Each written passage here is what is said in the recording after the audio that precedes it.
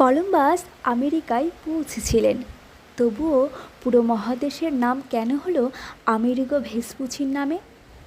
একটা ভুল হিসাব, আর সেটাই বদলে দিয়েছিল পৃথিবীর ইতিহাস। নমস্কার, আমি নন্দিতা।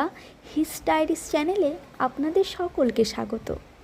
চলুন আজকের ভিডিওটি শুরু করা যাক।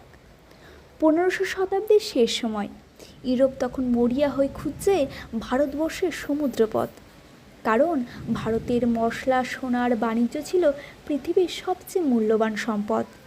ঠিক সেই সময় ইতালির জেনুয়া শহরের এক সাহসী নাবিক ক্রিস্টোফার কলম্বাস বিশ্বাস করলেন পৃথিবী গোল, আর পশ্চিম দিকে সমুদ্রপথে যাত্রা করলেই পৌঁছে যাওয়া যাবে ভারতবর্ষে।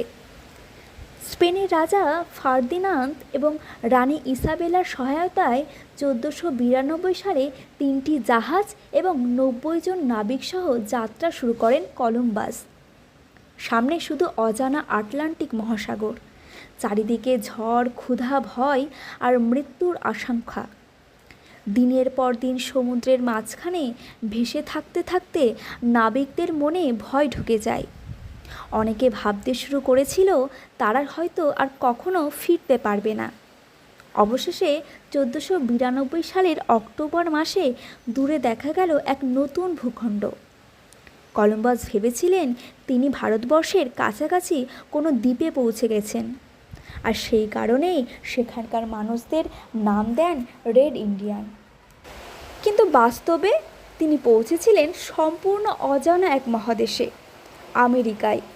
সবচেয়ে অবাক করা বিষয় হলো কলম্বাস মৃত্যুর আগ পর্যন্ত জানতেই পারেননি যে তিনি নতুন এক মহাদেশ আবিষ্কার করেছিলেন। তাহলে আমেরিকা নামটি এলো কোথা থেকে?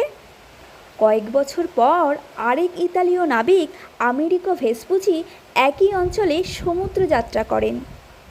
তিনি মানচিত্র, নক্ষত্র আর উপকূল বিশ্লেষণ করে বুঝতে পারেন এটি এশিয়া নয়, এটি সম্পূর্ণ নতুন এক মহাদেশ। ভেসপুচি তার ভ্রমণের বিস্তারিত বিবরণ ইউরোপে প্রকাশ করেন, আর তার লেখাগুলি দ্রুত জনপ্রিয় হয়ে ওঠে।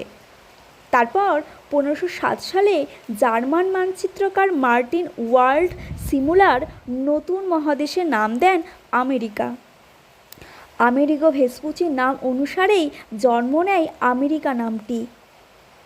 তাহলে প্রশ্ন হলো, কলম্বাস কি আমেরিকার আবিষ্কারক, নাকি ভেসপুচি প্রথম সত্যটা বুঝেছিলেন? ইতিহাস বলছে কলম্বাস আমেরিকায় পৌঁছেছিলেন, কিন্তু ভেসপুচি বুঝেছিলেন এটি নতুন এক মহাদেশ।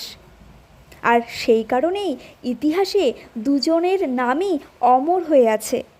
আজকের ভিডিওটি এই পর্যন্ত। ভিডিওটি কেমন লাগলো অবশ্যই জানাবেন। ধন্যবাদ।